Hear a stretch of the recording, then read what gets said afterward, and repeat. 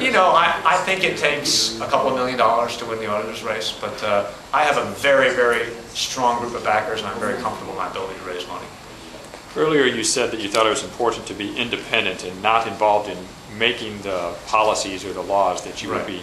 Is that, I guess, a reference to your potential primary opponent in Alan Isett? He's been in the legislature making the laws, and now he wants to Well, let me start by saying that I know Alan Isett. I spent time with him. I think he is a dedicated public servant who has a good future in Missouri politics. But I think, David, that when people look at my resume and what makes a good auditor, it will become pretty clear who the best candidate is, and that will be me. So that is a reference to him, I guess?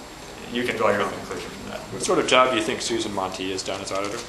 I have decided today I'm not going to comment on it. I've obviously read all of her audit reports. I have my feelings about it. I think Charlie Brennan raised something about that today on KMLX, and I made a brief reference to that.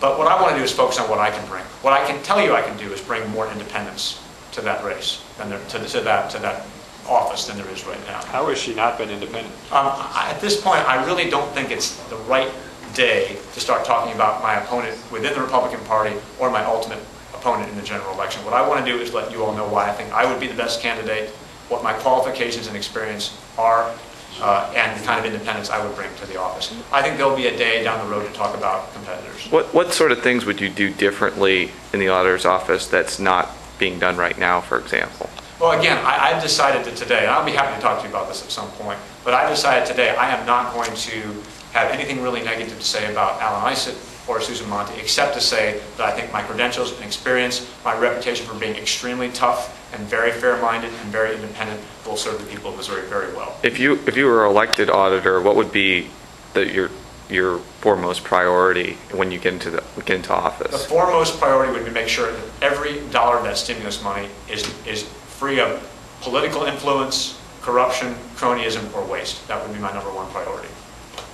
Why should people vote? And let's just go to the Republican primary, for example. Why should people vote for you instead of Alan Isett? Well, again, I don't have anything bad to say about Alan Isett. This guy is really a very, very good Republican, and I like him a lot. But what I said at the beginning is, what do I have? I have legal experience, investigative experience, audit experience, and management experience, and I'll leave it at that. Alan Isett today released a list of 80 names, right. Actually 80 members of the Missouri House, 2 members of the Sure. Missouri Senate who have already endorsed him right. in this campaign. You said you stepped away from the Senate race because you didn't want to be divisive in that primary, but it would appear that there's some division that's going to have to be done in this primary. Yeah, I mean, he's the head of the House Budget Committee, so getting these endorsements is pretty predictable. I've talked to many House members. I think I will have support from the House. I think I'll support from the Senate. I think I'll support from around the state. And I stepped aside once in the name of party unity, and I can tell you I'm not going to do it again. Are you a CPA? No. Do you think that's an important qualification to bring to the job? Well, as I mentioned, if you look at the last 10 Missouri auditors, it's about evenly divided between legal and prosecutorial background and CPA background. Claire McCaskill is not a CPA, Kit Baum is not a CPA, John Ashcroft is not a CPA, Margaret Kelly was, and Susan Monteith is. So as long as you have that investigative prosecutorial background, as long as you've worked with CPAs like I have for over 20 years, it's not going to be a problem.